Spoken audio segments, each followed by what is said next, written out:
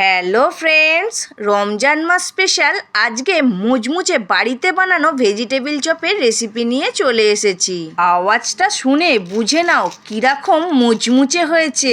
রান্নাটা দেখানো আমার কাজ আর বানিয়ে ফেলাটা তোমার কাজ। বানিয়ে ফেলো আর হয়ে ওঠো প্রকৃত রাঁধুনি আর পরিবারের সকলের মন জয় করে নাও। চলো তাহলে আজকে রেসিপিটা বানিয়ে নিই। এখানে আমি বেশ কিছুটা কাঁচা বাদাম নিয়ে নিয়েছি। এবার এটাকে শুকনো খোলায় খুব সুন্দর করে ভেজে নেব। এরপর বাদামটাকে নামিয়ে ঠান্ডা করতে দিয়ে দেব। আর এখানে নিয়ে নিয়েছি গোটা ধনিয়া, গোটা জিরে, আর নিয়ে নিয়েছি বেশ কিছুটা গোটা গরম মশলা। গরম মশলাতে আছে হচ্ছে দারুচিনি, লবঙ্গ, এলাচ আর দুটো শুকনো লঙ্কা। এগুলোকে শুকনো খোলায় খুব সুন্দর করে ভেজে নেব। মশলাটাকে নামিয়ে ঠান্ডা করতে দিয়ে দেব। এখানে নিয়ে নিয়েছি একটা আলু, দুটো বিট আর একটা গাজরকে গোল গোল করে সব কেটে নিয়েছি। নিয়ে এগুলোকে আমি কুকারের মধ্যে সিদ্ধ করতে দিয়ে দেব। আর নিয়ে নিয়েছি কিছুটা মটরশুঁটি, সব একসাথে সিদ্ধ করে নেবো। এখানে নিয়েছি ধনিয়া পাতা কুচি আর এক চির আদা।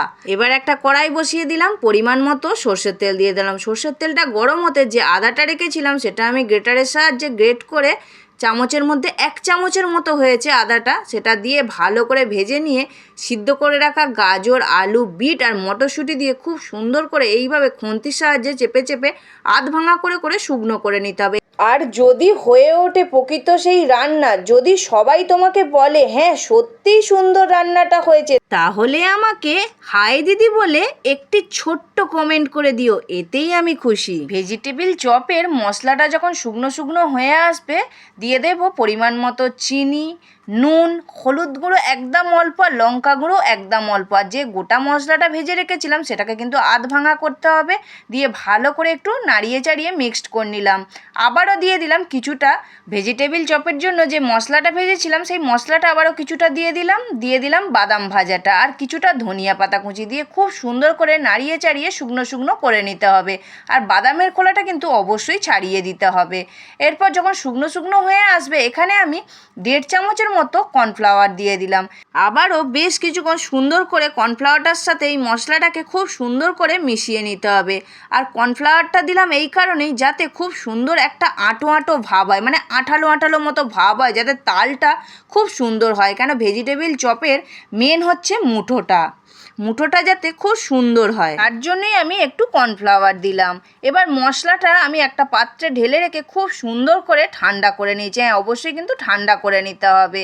এবার কিছুটা পরিমাণ কেটে নিয়ে আমি ভেজিটেবিল চপের আকার দিচ্ছি। দেখো বন্ধুরা কতটা সুন্দরভাবে চপের আকারটা তৈরি হয়ে গেছে, একটু হাতে লেগেও যাচ্ছে না, কিচ্ছু হচ্ছে না। আমার এখানে কতগুলো ভেজিটেবিল চপের আকারে মুঠো করে আমার তৈরি হয়ে গেছে। এবার একটা বাটি নিয়ে নিচ্ছি বেশ কিছুটা কর্নফ্লাওয়ার।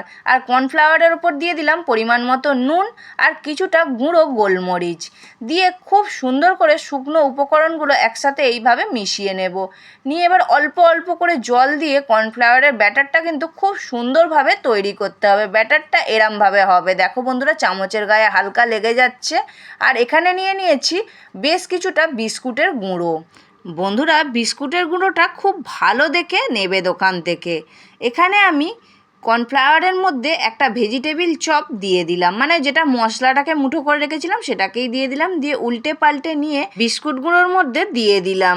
দিয়ে খুব সুন্দর করে আলতো হাতে, যাতে না হাতে একটুও ঠেকে যায়, এইভাবে খুব সুন্দর করে আস্তে আস্তে কোট করে নিতে হবে বিস্কুট গুঁড়ো দিয়ে।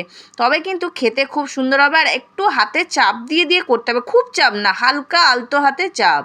এবার আমি আবারও দ্বিতীয় কোটের জন্য আবারও কর্নফ্লাওয়ারের ব্যাটারে চুবিয়ে দিলাম। দিয়ে এইভাবে চামচ দিয়ে আস্তে করে চেপে তুলে নিয়ে বিস্কুটের গুঁড়োর মধ্যে দিয়ে দিলাম।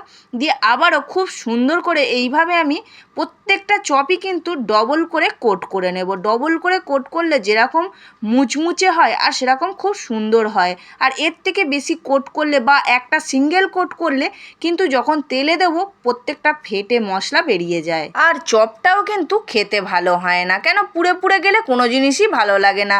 বন্ধুরা আমার এখানে কথা বলতে বলতে দেখো প্রত্যেকটা চপ কিন্তু ডবল কোট করে রেডি হয়ে গেছে।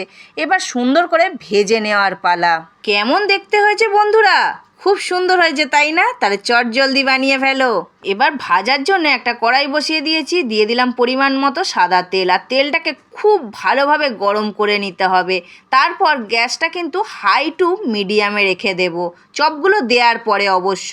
তারপর তেল আস্তে আস্তে এরম ওপরে ছিটিয়ে ছিটিয়ে ওপরের অংশটাকেও কিন্তু আলতু হাতে ভেজে নিতে হবে, নিয়ে উল্টে পাল্টে খুব সুন্দর করে লাল লাল করে ভেজে তুলে নিতে হবে। দেখো বন্ধুরা, আমার এখানে কিন্তু চপ প্রত্যেকটা কত সুন্দর হয়েছে, না ফেটে গেছে না কোনো কিছু হয়েছে, কতটা সুন্দর লাগছে। এইভাবে চটজলদি বানিয়ে ফেলো, যেমন স্বাস্থ্যকর আর তেমন সুস্বাদু। না বানিয়ে খেলে বন্ধুরা এই স্বাদ বুঝতে পারবে না। আর কতটা সুন্দর হয়েছে দেখো, যেরকম মুচমুচে আর সেরকম কতটা সুন্দর হয়েছে। দেখো বন্ধুরা, যেরকম কোটিংটাও পাতলা হয়েছে আর সেরকম ভেতরটা কতটা সুন্দর দেখতে হয়েছে আর সিদ্ধ হয়েছে। বন্ধুরা এইভাবে ভেজে ভেঙে যদি সসে চুবিয়ে গালে দিয়ে দাও, স্বর্গ সুখ। বন্ধুরা, আজকের রেসিপিটা কেমন লাগলো অবশ্যই একটা কমেন্ট করে জানাবে। আর আজকের ভিডিওটা যদি ভালো লেগে থাকে সাবস্ক্রাইব করবে স্বাদের খোঁজে উইথ বান্টির চ্যানেলটিকে।